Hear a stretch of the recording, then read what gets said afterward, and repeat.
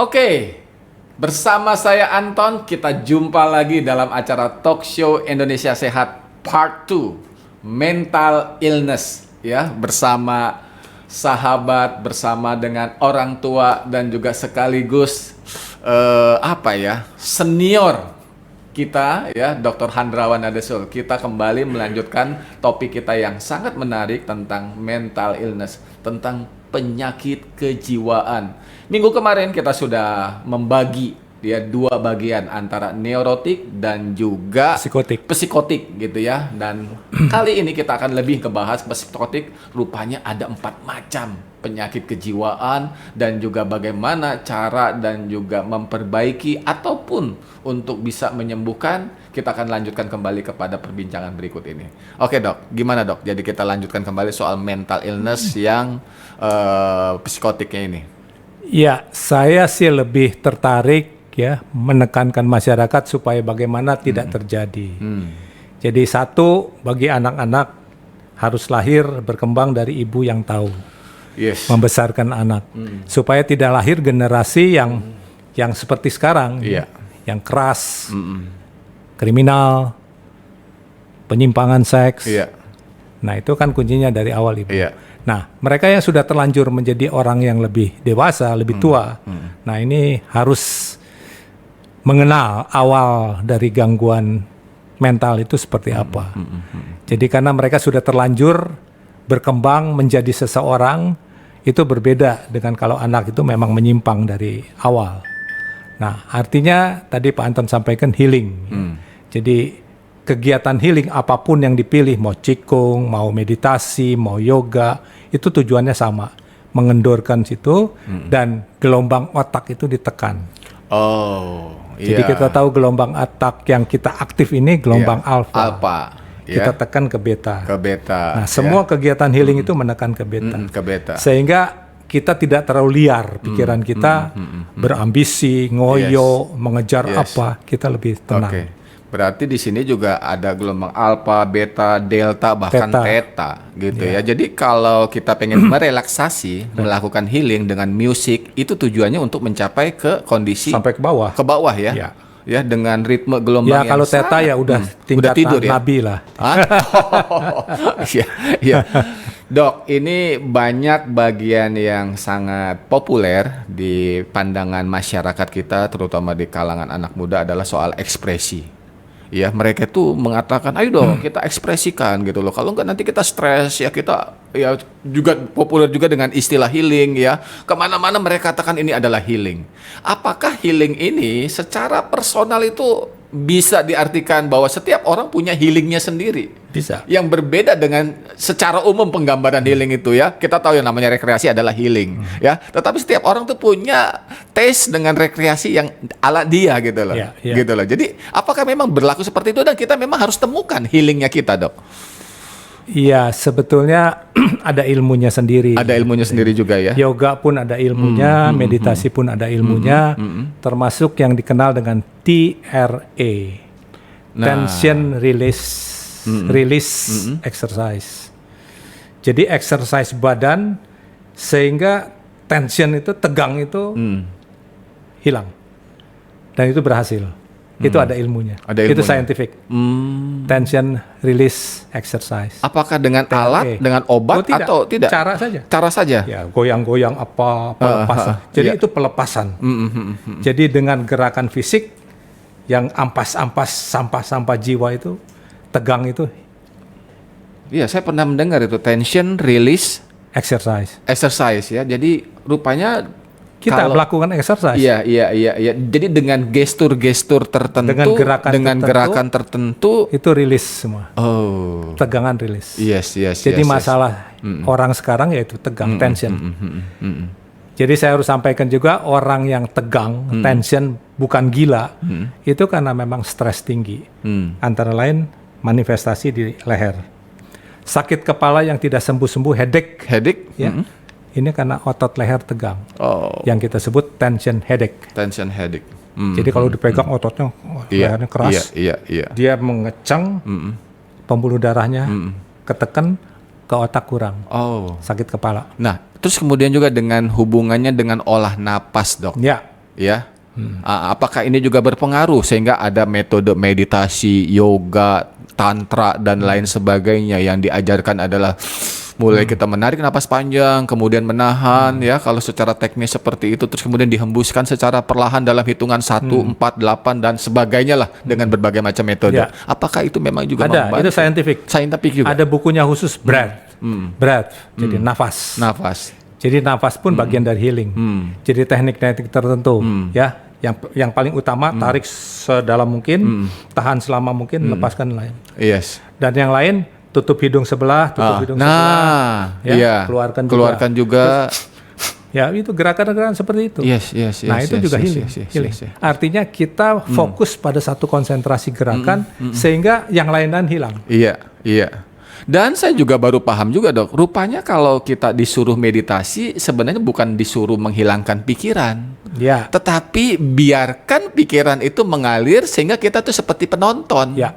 Dari diri kita sendiri gitu loh, Dok. Dari pikiran yang berlalu lalang gitu loh. Kita hanya mengamati saja tanpa menilai apa-apa gitu ya dari pikiran yang lewat gitu loh. Seperti itu ya, Dok. Ya, karena menekan. Jadi kalau itu kita berhasil meditasi atau apa, gelombang otak itu tidak aktif. Dia ke beta. Nah, ketika beta kita kan tidak aktif. Yes. Nah, ini bagian-bagian keterampilan ini, Dok, yang kelihatannya harus dimiliki gitu. Saya kira untuk orang dewasa yang sudah terlanjur ada masalah, ke sana larinya. Maka di Bali itu sekarang healing laku sekali, Dok. Dari luar negeri, dari mana-mana. Karena merasakan betul ada manfaat, termasuk TRE ini. Oke. Nah, ini kembali, Dok. Tadi kalau saya lebih menyoroti kepada penyembuhan, tapi ngomongin soal penyembuhan dan healing, kayaknya kita kemarin lupa minum, Dok. Kita minum dulu nih, Dok. Minum. Aduh, ini oke. Ini juga bagian dari healing juga. Cara kita merelaksasi tubuh dengan memberikan nutrisi yang terbaik dari sumber-sumber yang alami, Dok. Alami ya. Iya, ini kita punya herbalnya, ini herbal alami ya. Oke.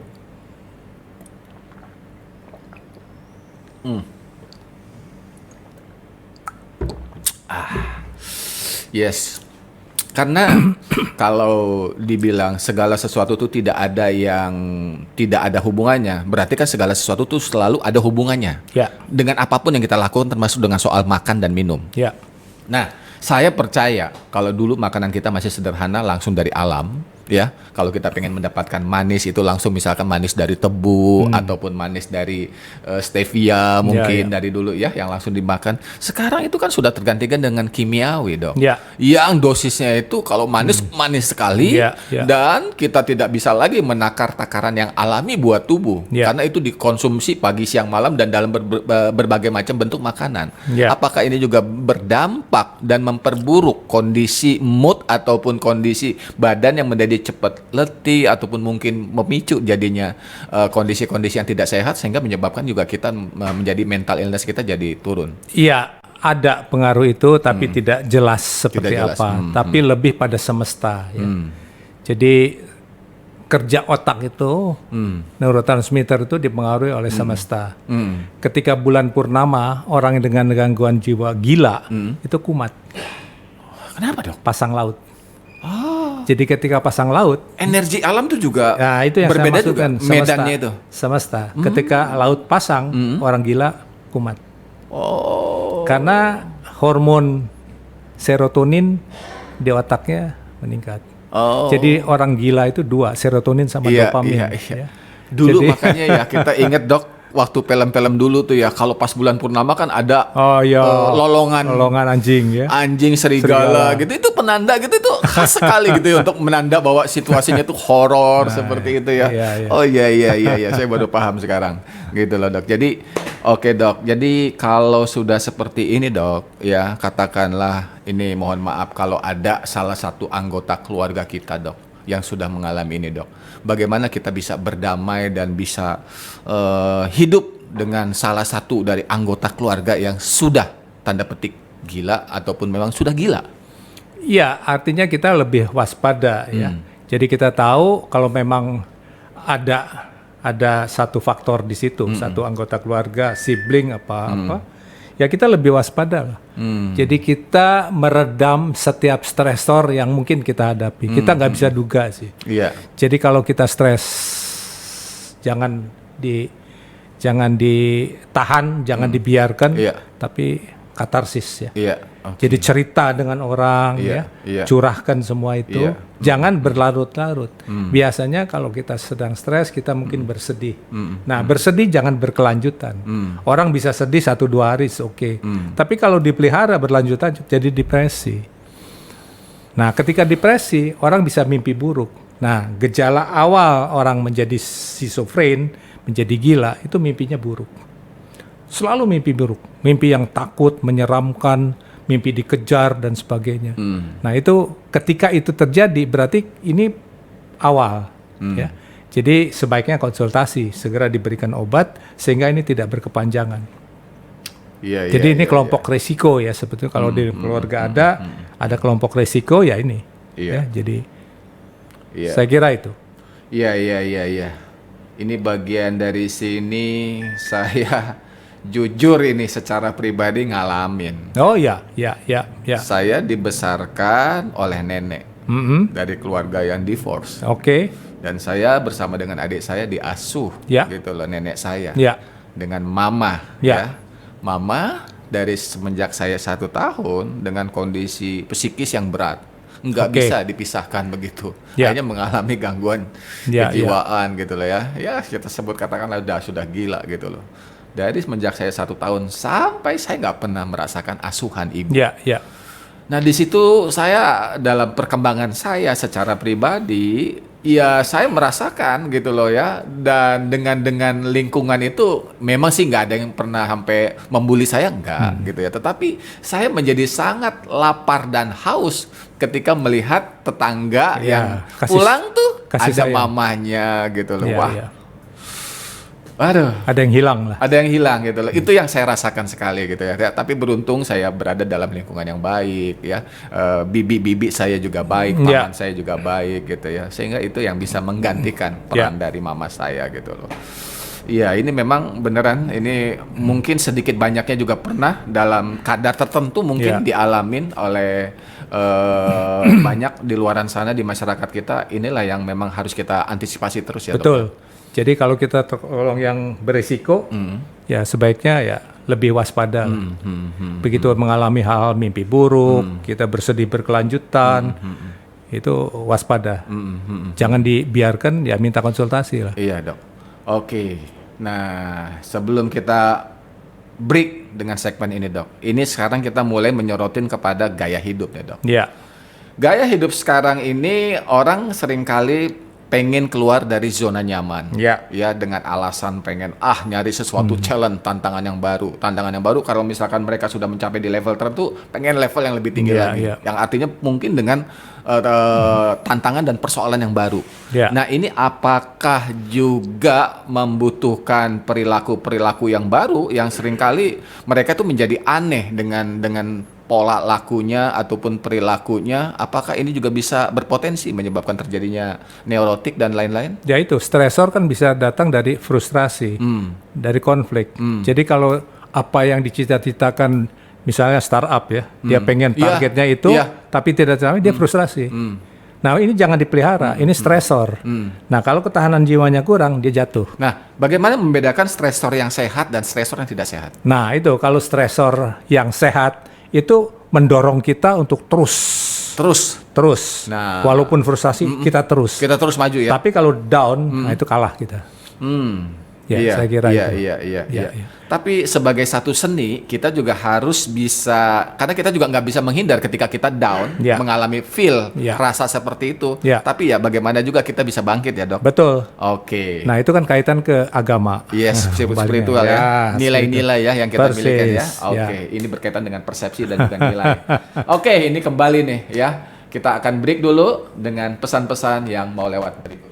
Berkualitas, daun kelor, rimpang temulawak, bunga rosella, dan buah mengkudu. Minum M-King 3 kali sehari 15 tetes. Dikonsumsi dengan mencampur 200 ml air putih. M-King, rajanya jamu tetes Indonesia. Oke, kita lanjut kembali ya. Tadi soal yang terakhir itu tadi dokter sudah mengaitkan healingnya itu adalah dengan kembali juga kepada spiritual, gitu, spiritual dan juga persepsi ya. Makanya banyak sekali yang dulu-dulu itu pelatihan kepribadian atau pengembangan pribadi gitu ya. Dari yang terkenal itu ada John Robert Power seperti itu ya, supaya tampil percaya diri dan sebagainya. Itu rupanya ini juga berkaitan dengan mental dan juga persepsi yang dibentuk ya, harusnya dari ketika dia kecil itu sudah dapat gambaran yang sehat. Tapi lebih banyak dibentuknya juga dari lingkungan. Ini dok, lingkungan kita ini dok yang seringkali nggak mendukung dok.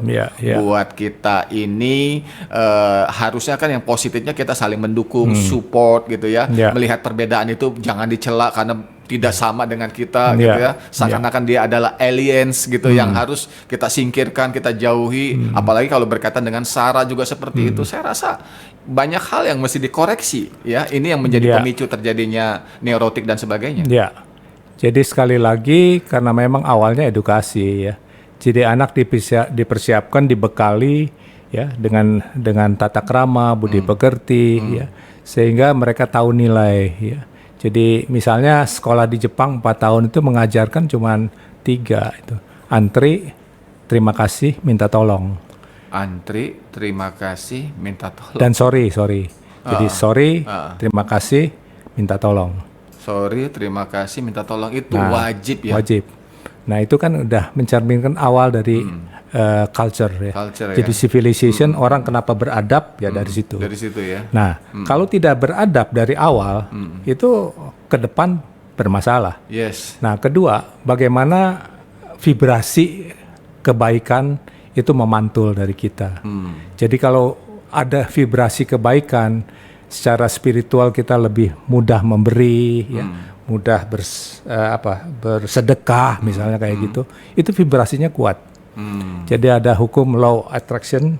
Jadi kalau kita berbuat baik itu akan kembali mantul. Mestakung dok. Ya seperti itu. Ya. Jadi jangan kita berdebat dengan orang yang katanya yang secara nalar tidak sama dengan kita. Jadi itu makanya itu buang energi. Jadi masalahnya ya karena kita perlu ketemu seleksi orang-orang yang memang punya nalar, punya budi pekerti, punya kepribadian. Kan disebut orang ini berkepribadian atau tidak, artinya orang ini sudah matang. Saya kok percaya ya. Jadi kalau orang lebih mendekatkan kepada spiritual, yang lebih mendahului adalah soal adab. Jadi kalau adabnya kita sudah miliki, maka kita akan lebih mudah mengembangkan nilai-nilai spiritual gitu ya dok ya. Gitu. Jadi soal bagaimana kita melihat sesama, kemudian melihat lingkungan dan alam semesta gitu. Kalau kita sudah punya adab ataupun nilai-nilai dasar untuk kita katakanlah salah satunya begini. Jangan hanya mengambil yang terbaik dari alam, tapi tidak pernah mengembalikan kepada alam. Saya rasa ini adalah adab lingkungan. Jangan kita hanya mengeksploitasi yang digunakan untuk kepentingan apa yang kita makan, tapi kita minum, terus kemudian kita gunakan misalkan aset-asetnya, tetapi kita lupa untuk mengembalikan gitu lah ya, apa yang harusnya sebagai dari pertumbuhan alam itu sendiri. Nah ini gitu. Jadi demikian juga dengan hubungan manusia. Tadi soal berterima kasih, minta tolong, maaf, dan minta maaf. Rasanya dalam 3 kata ini seluruh nilai-nilai agama rasanya ada dalam ini 3 ini dong. Basic. Wow, gitu loh. Jadi rasanya indah sekali kalau kita mulai punya pandangan seperti ini kemudian dipraktekkan ya. Makanya yang saya kagumi ketika saya berkunjung ke Jepang itu adalah perilaku mereka. Saya nyaman sekali dimanapun berada, nggak merasa seperti kayak aduh ini aman nggak ya. Saya nggak berpikir seperti itu tuh di kereta waktu kita di MRT atau di station atau dimanapun itu mereka respect sekali dengan setiap orang yang ditemuin gitu loh. Karena tinggi peradabannya. Jadi harus dibilang bahwa agama tidak menjamin bahwa kita beradab. Yes. Ada orang beragama belum tentu beradab. Jepang tidak terlalu mementingkan agama, Shinto dan sebagainya. Tapi mereka beradab. Anak 4 tahun tuh sudah diajar beradab. Pulang sekolah, bis sekolah nganter, dia nunduk sama supir. Yes. Terima yes. kasih. Terima kasih dengan setengah badan yang tertunduk begitu. Ya, jadi seperti itu. Iya itu. Jadi civilized, sangat beradab. Wow. Nah di kita kelihatan di jalan raya. Jadi adab itu kelihatan bagaimana kita berlalu lintas. Saling motong, saling klakson, apa. Itu kan berarti peradaban. Kalau di Australia, di mana orang nggak bunyi klakson. Iya. Sangat tidak. Itu perilaku, ya saya juga lah merupakan pelaku juga. Itu kalau di jalan raya perilaku kita bener dong. Itu bukan saling mendahulunya tuh kayak pengen membunuh gitu loh. Pengendara lain gitu loh. Seakan-akan ini jalan punya gue dulu gitu loh ya kan gitu. Jadi aduh ya rasanya gambaran perilaku itu merupakan refleksi dari. Jadi adab bangsa itu dilihat dari lalu lintas. Dari bagaimana berlalu lintas. Yes. Jadi sekali lagi ibu ya. Jadi edukasi pendidikan ibu. Jadi Lao Tse itu bilang kalau Anda punya rencana 100 tahun, kuncinya pendidikan. Jadi pendidikan itu perlu 100 tahun. Yes. Saya kok juga melihat dengan yang dulu itu sebelum ada smartphone, gadget, kita kan otomatis kalau yang namanya pendidikan bagian kontribusi yang besar itu disumbang dari buku yang kita baca. Sekarang udah tergantikan dengan apa smartphone. Yang ada di sana ini. semua. Ya, persoalannya yang smartphone ini yang dibaca bukannya e-book, tapi kan informasi-informasi singkat, berbagai macam ragam pengetahuan secara visual, auditory dan juga dengan informasi format lainnya gitu loh. Ini yang menurut saya kita hilang kedalaman. Betul. Tapi juga ada impact jelek ya. Jadi kalau berita-beritanya berita sampah, itu kan mengganggu secara kejiwaan.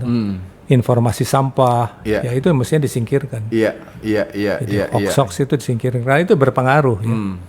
Jadi kalau orang mau jiwanya sehat, ya harus bisa semua memilah-milah yang ya. Mana yang pengen dia yang lihat, positif, yang dia terima gitu. Orang berdebat kusir, jangan didengar lah. Itu sampah-sampah. Sampah-sampah kejiwaan ya. Oke.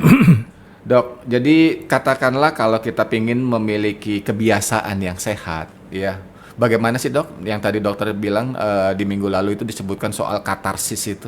Ya. Apakah itu dilakukan dengan dari pagi hari misalkan kita merenung atau bagaimana sih caranya kita melakukan katarsis? Katarsis itu berarti kita curhat. Jadi curhat itu positif sebetulnya. Jadi apa yang jadi unek-unek itu jangan ditahan di dalam jiwa. Karena kalau ditahan dia tekan ke dalam bawah sadar, nah itu yang jadi stres. Saya kadang-kadang suka ngomong sendirian dong di dalam mobil. Ya itu mesti dibawa ke grogol. Gitu loh. Jadi ya saya ngomong aja gitu. Ya tentunya bagus. Dialog gitu loh ya. Saya kira betul. Betul. Jadi curahkan itu. Tapi lebih baik kalau ada orang yang mendengar. Jadi biro jasa telepon yang kita hubungi itu menjadi tempat ada orang mendengar saya. Karena selama hidup di metropolitan, apalagi di Amerika, itu dia merasa lonely dan tidak ada orang yang mendengar, tidak ada orang peduli, nggak ada yang care sama dia. Nah itu sakit jiwa.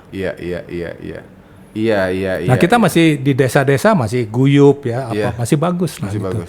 Tapi persepsi anggapan terhadap orang gangguan jiwa ini yang masih kurang. Dipasung misalnya, itu kan salah. Itu kan salah. Tidak boleh dipasung. Pasung itu tidak menyelesaikan. Cuman karena budaya, karena rasa malu dan sebagainya, ya tidak boleh keluar dipasung. Nah ini masih sebetulnya dunia melihatnya masih primitif ya. Iya. Kira-kira dok, kalau dengan kondisi perilaku ataupun budaya yang sekarang ini, butuh berapa tahun?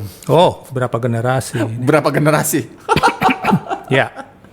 Jadi selama pendidikan juga masih begini ya, lebih mendahulukan otak kiri, kognitif, pelajaran, tapi sisi kanannya tidak, budi pekerti, ya, akhlak. Yang utama kan akhlak. Apapun profesinya kalau akhlaknya jelek, tidak menjadi orang besar. Kita cuma punya nama besar, tapi kalau akhlaknya jelek, bukan orang besar. Dan rasanya juga untuk generasi sekarang, rasanya kok kita kehilangan banyak orang-orang yang kita kagumi ya. yang benar-benar orang itu bisa mencerminkan dari jalan hidupnya yang benar-benar lurus seperti itu, kok rasanya kita semakin sedikit. Susah, karena godaannya besar. Godaan besar.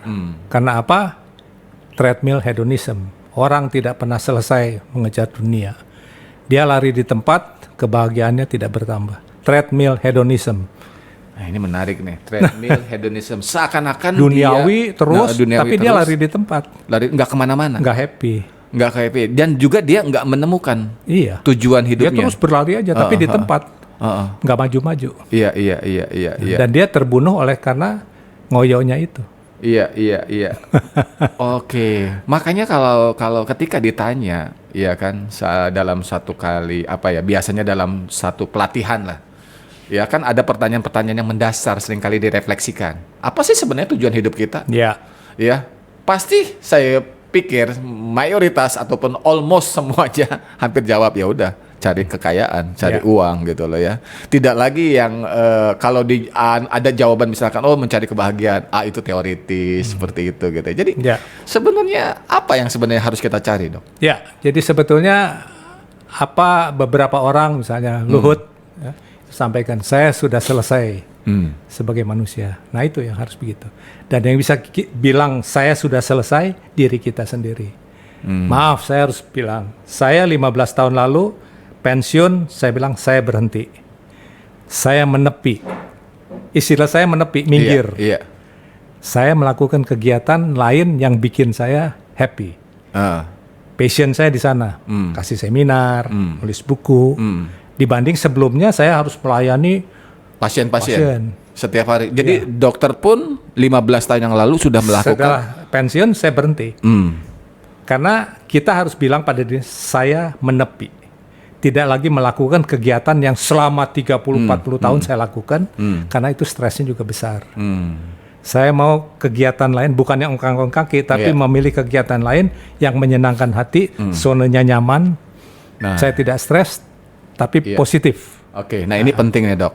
Jadi apakah kita di fase kehidupan kita, katakanlah fase-fase, apakah ini berlaku di menjelang pensiun sajakah?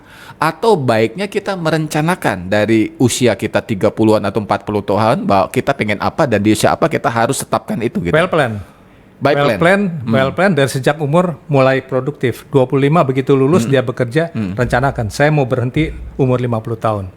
Karena ketika saya bikin senior healthy living di Bali untuk orang-orang sudah senior, umur 50 banyak ini. Saya mau pensiun dini.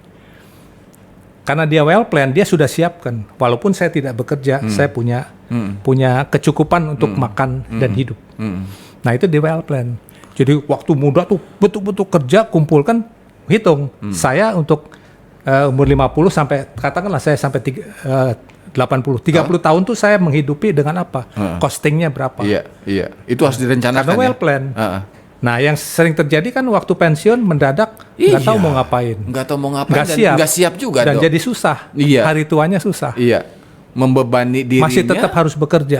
Iya. Itu rasanya umum itu yang sekali. Salah. Dan itu sakit jiwa. Dok, kenapa di penghujung acara kita ini, Dok, baru ketemu ini, Dok, sumbernya, Dok? Iya. Nah, nanti kita part 3 ya. Berarti kita ini sebenarnya bukan gagal dalam hidup ataupun mencapai kesuksesan, tapi kita gagal dalam merencanakan. Ya. Tidak well plan. Tidak well plan ya. Jadi orang yang gagal itu bukan orang yang gagal melakukan sesuatu, tapi dia tidak pernah merencanakan. Jangan bilang saya harus menjadi kaya, tapi secukupnya. Yang cukup itu well plan. Well plan. Kalau saya umur 50 berhenti, umur saya 80, 30 tahun saya ini costingnya berapa? Dan itu sehingga tidak sengsara dan tidak harus mewah-mewah, ya diperhitungkan saja. Bisa makan, bisa rekreasi, piknik. Nah, itu sehat. Yang tidak sehat kan tidak siap. Iya. Kemarin seperti di Singapura. Sekarang orang tua banyak terlantar, anaknya sebodoh, Lee Kuan Yew kan marah. Iya. Orang tua masih harus bekerja dan sebagainya. Waduh. Saya gimana nih tabungan saya nih? Saya kemarin udah hitung juga, Dok. Rupanya saya butuh 8M, Dok. Ya. Oke, baik. Rasanya menarik sekali ya, tapi sayang kita dibatasi oleh waktu. Tetapi saya percaya apa yang sudah kita perbincangkan ini adalah mungkin bisa menjadi sumber ataupun titik entah dari mana Bapak Ibu mengambil percakapan kita, mungkin dari awal ataupun mungkin dari yang terakhir. Tapi saya percaya apa yang kita lakukan ini, kita dorong adalah keluar dari hati kita yang penuh rasa kasih, penuh rasa semangat untuk berbagi kebaikan buat Bapak Ibu semuanya. Sampai jumpa lagi di acara Talk Show Indonesia Sehat berikutnya bersama Dr. Handrawan Nadasul.